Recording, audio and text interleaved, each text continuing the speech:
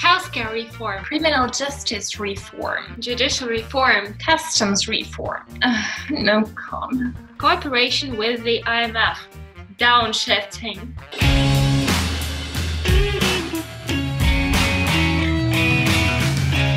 Hello world, that's Kyiv, not Kiev, your one and only source into the political, economic and cultural news from Ukraine.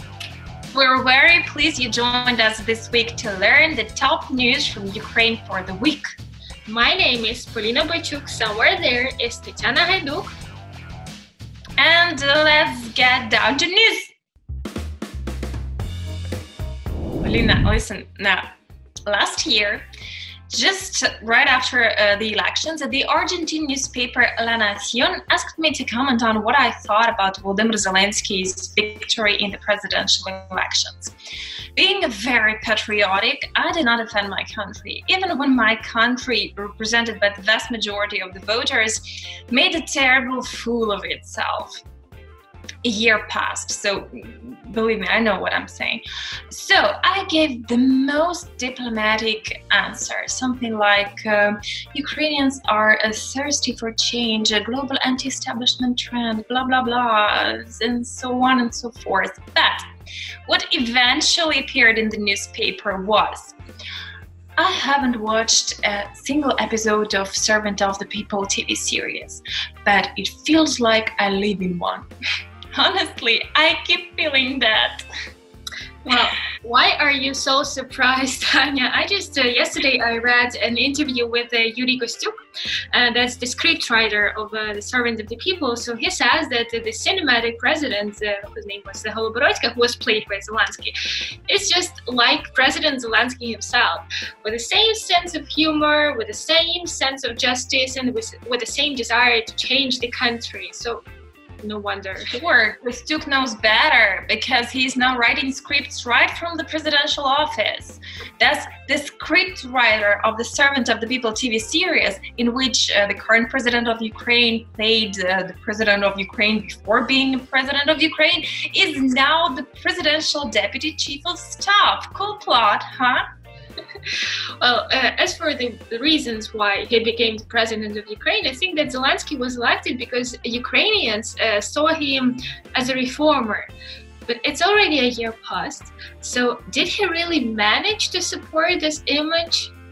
Or I'm afraid we'll run out of time of our short video blog if we start analyzing the whole year of his presidency. But, you know, last week was so revealing, so it's high time making your own conclusions, our dear audience, as for which reformer Zelenskyy is.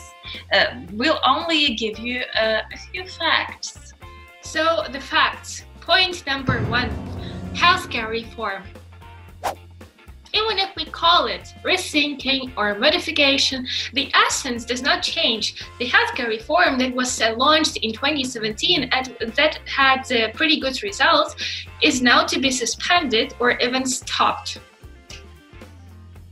As a result of the reform, patients, doctors, and hospitals have been given more freedom and more responsibility. Patients are free to choose a family doctor they trust. Doctors are responsible for the quality of treatment, and the better they treat, the more patients want to be treated. Respectively, the higher the salary doctors receive. Yeah, and the hospitals are officially allowed to fundraise and to manage their own funds. And like the principle, money follows the patient, means that the state funding is provided only to those institutions and to those doctors who provide quality medical services. But what are we having instead?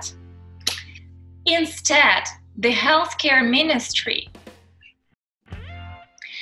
In the face of Minister Stepanov promises to introduce a state standard for medical care, develop medical tariffs based on the market wages of industry workers and quality standards for medical services, finance all the medical institutions from the budget, and increase doctors' salaries as of July 1st. In other words, the equalizing principle of financing medical institutions remains. We all understand that if the higher payment for better services principle does not work, we should not hope for the better services, and that means that nothing will change. In addition, it is still unclear where they are going to take money for the increased medical salaries. In the deficit budget that is confidently growing vertically down of the country whose economy is now living down the lockdown, the war, global economic crisis, and incompetent domestic governments. Really? Yeah. For sure, but also, Tania, I think that it's important to stress that we are supporting the raise in doctor salaries, who are always, and not only in today's circumstances, at the forefront of the war for our health. We are just convinced that doctors need to be able to legally earn more by increasing the number of their patients and by creating better conditions for their work, and this can be done only by financing those hospitals who know how to manage money more efficiently. Yeah, instead of feeding them with promises of higher salaries, so that these hopes are shattered during the approval of the next year's budget. Dear government, have you already paid the promised 300% allowance to doctors? Point number 2, judicial reform to be rebooted. The judicial system works professionally, but in the other direction. That's what the president himself said a few weeks ago or something. So if already under President Zelenskyy, the Ukrainian courts make doubtful decisions concerning the suspects in the murder of Pavlo Shremeta, concerning the release of Berkut members who killed people during the Maidan revolution, and concerning the witness of the MH17 flight being shut down by the Russian terrorists, I don't know what to say. Yeah, that's that same courts that consider the Surkis brothers unrelated to Kolomoisky, and that same courts that are informally supervised by Andriy Portnov, an odious official of Yanukovych's time.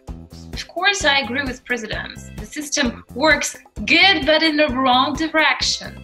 To assess the president's success in reforming the courts, let's just say that Zelenskyy's judicial reform has received a generous amount of criticism from the Venice Commission, and the Constitutional Court of Ukraine has also declared it unconstitutional. Okay, point 3, criminal justice reform. Wasted. Prosecutor General Irina Venediktova assures that the reform of the prosecutor's office has not been stopped. But let me just remind you that the ambassadors of the G7 countries had made it clear to President Zelenskyy that the very dismissal of her predecessor, Ruslan Ryabushapka, has already been seen in the West as an alarming signal that the reform is being curtailed. Yeah. Last week, the latter also accused Zelenskyy and Venediktova of appointing the right people to positions in the Prosecutor General's office, and also of reappointing prosecutors who had not passed the mandatory certification. That means who bypassed the legal procedures for that. Point number 4, customs reform. No comment. Point number 5, cooperation with the IMF. Downshifting. And this is the assessment of the reformist president by the international institutions, by the way. Actually, Ukraine and the IMF are now discussing an 18-month standby program instead of the previously agreed 3-year EFF extended financing program. And this was announced at the briefing last Thursday by IMF representative Jerry Rice. Experts say that this format of cooperation will not pose additional risks to the country's financial stability, but it is clear that the IMF is losing faith in the sincere intentions of the Ukrainian authorities to reform the country. Now all the hopes are only on Saakashvili. I don't know if we will see those reforms, but I think that we'll definitely hear these reforms. So who is who? who is Mikheil Saakashvili. He is the former president of Georgia and the former governor of Odessa region that has recently been appointed to the head of the Executive Committee of Reforms in Ukraine. Yeah, immediately after this appointment, Georgia has recalled its ambassador to Ukraine for consultations. The Georgian authorities believe that this is utterly unacceptable on the part of a strategic partner, on the part of Ukraine, to appoint a person who is, by the way, convicted in Georgia under a grave article and who is on the international wanted list to such a high position. In a reaction to Georgia's position, President Zelenskyy called it a mistake and also highlighted that Saakashvili's appointment is a part of Ukraine's domestic policy.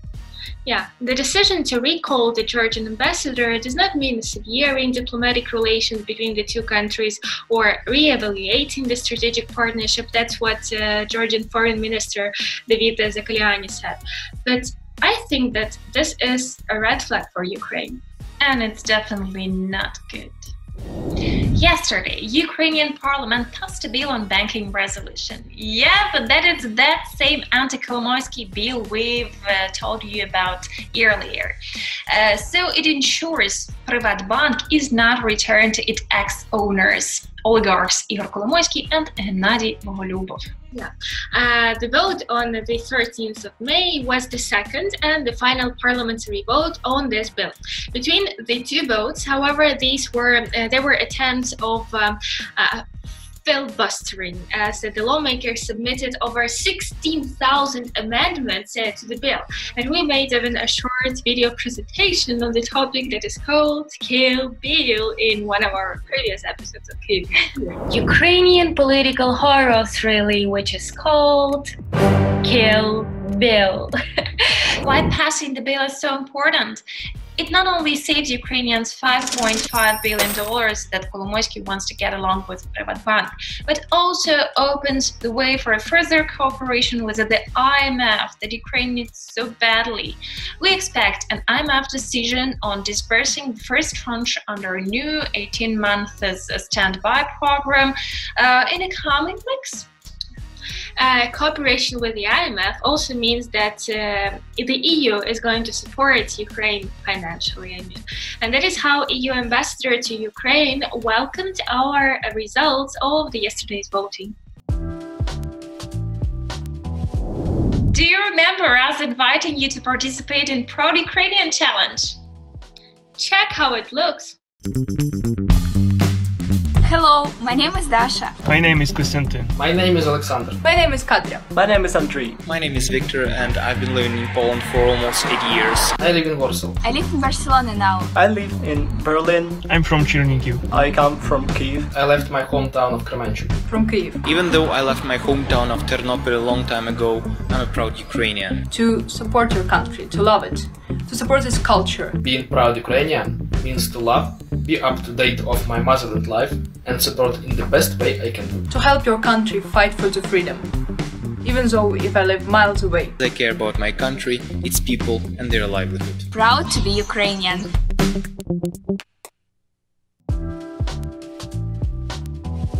Tania, did you notice the lights in the night sky on May 12th? When I first saw them, I thought that these were the aliens coming to the Earth, and I thought like, oh my God, the 2020 year could become even worse than it was. Yeah, actually, yes, I've seen the lights, and on May 12th, Ukrainians witnessed hundreds of beams of light that illuminated the night sky in Kyiv, Kharkiv, Odessa, Lviv, and 20 plus other cities of Ukraine. That was done to emphasize that the Ukrainian creative industry had not been able to function under the nationwide lockdown for about 2 months. Yeah, organized by thousands of cultural organizations, the light show was called #StopCulturalQuarantine, and it called on the government to start developing a joint plan for the culture industry's return to work. Thank you for being with us today. These were Polina Boychuk and Tatiana Haiduk. Stay safe and kind, and remember very important thing. Kyiv is not Kiev.